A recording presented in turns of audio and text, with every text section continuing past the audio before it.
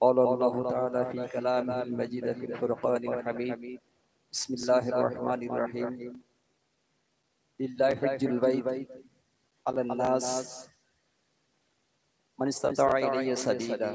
صدق الله العظيم.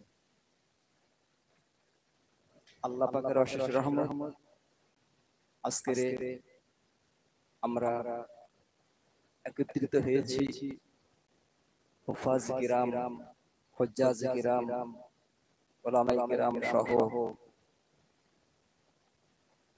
আমাদের যিনি প্রধান অতিথি আলহাজ হযরত মালুকুর রহমান সাহেব, সেই সাথে সাথে আলহাজ মাওলানা মোহাম্মদ শহীদুল ইসলাম সাহেব ও তার সহযোগী হাফেজ মোহাম্মদ কাবির ইসলাম ও তরিকুল ইসলাম এবং আমার শ্রদ্ধেয় মামাজি আলহাজ